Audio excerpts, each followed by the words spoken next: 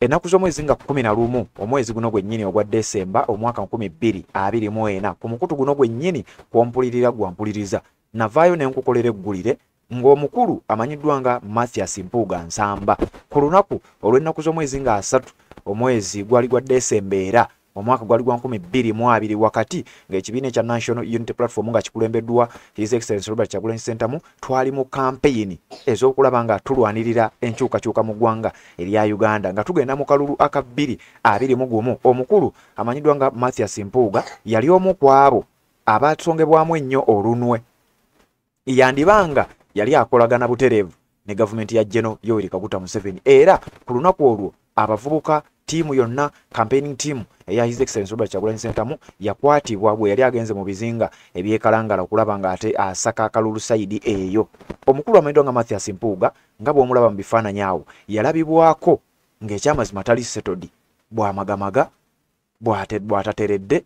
wabula nga waaliwo okubuusabuusa nti yandibanga yali akommunikatinga n'abana abasajja abaali bazze okukwata His Excellency Robert Kyagulanyi Ssentamu eggulire eryo nalikuwa era nagakola ng'ennaku z'omwezi 11 omwezi guno gwennyini ogwa Desemba omwaka ogwa 2024 ne nkulaga proof era ne nkulaga obujulizi oluvannyuma lw'amawulire agaafulumira ku mukutu ogwa Voice of America ogwafuluma ng'ennaku z'omwezi 3 mwezi gwa Desemba omwaka 2020 wakati mu campaign eza His Excellency Robert Kyagulanyi Ssentamu jjukira ku olwo tiimu yonna ey'ekibiina ekya National Unity Platform yakwatibwa ku bizinga ebya kalangala era bw'obanga teweerabidde bw'obanga ozze nga otugoberera ku mukutu guno agamawulire tuzze nga tugakuwa era ensonga zonna oteekwa okuba rubber bullet ne bamukuba ku mutwe era omutwe ne bagwasa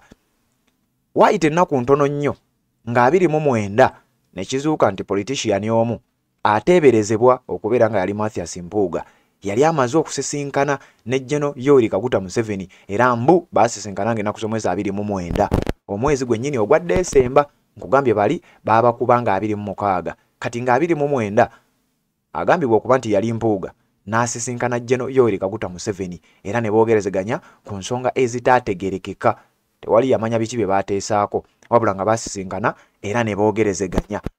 olwo lwali ng'ennaku z'omwezi 29 omwezi ogwa Desemba mu mwaka 2020 enkeera w'olwo nga bano basisinkanye nkugambye baasisinkana ng'ennaku z'omwezi 29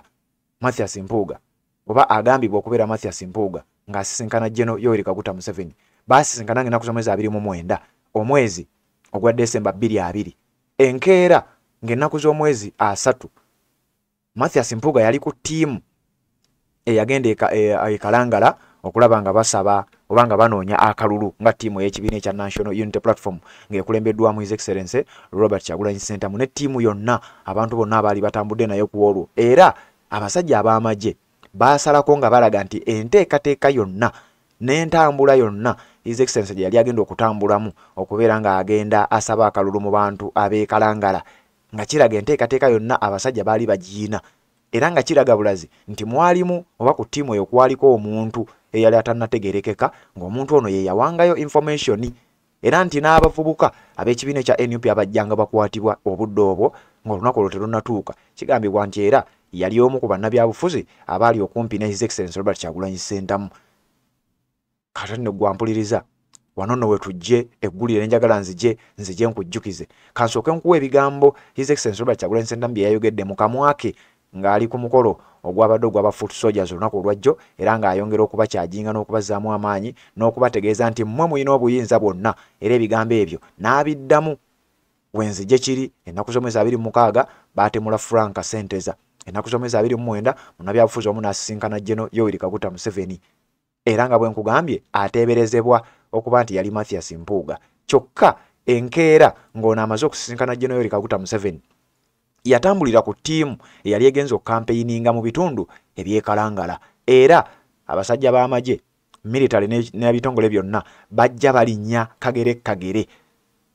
tiimu y'ekibiina ekya National Unity Platform wabula ng'entambula gye baatambula ng'eraga ne maapu yonna enteekateeka yonna baali bagiina biwulirize nzije tubeere nga amannya n'eddoboozi Haji Abdul omusomi w'eddwa nkola ku nsonga ez'enjawulo emirimu nga gikutataganyeko eby'enfuna byo nga bidobonkanye n'oba oli bweru wa ggwanga emirimu gya kucankalanako jangu kusomere ku ddwa okubeera nedda eddwa zaabaawo eddwa zisomibwa omuntu n'otereezebwa mu mbeera yonna ebaddekanyaga nina ekyoto osobola okumiramira oli bweru wa ggwanga nga toli kumpi wano n'ofuna omusomo gwonna ku ddwa nakuteddeko n'akabaani Allah ajja kusaasira ajja kwanukula kuba ku namba yange y'essimu 052 anamunya 71 556 ne ku WhatsApp 2 mperezo zokka sobolo ya. Assalamu alaykum wa rahmatullahi wa barakatuh.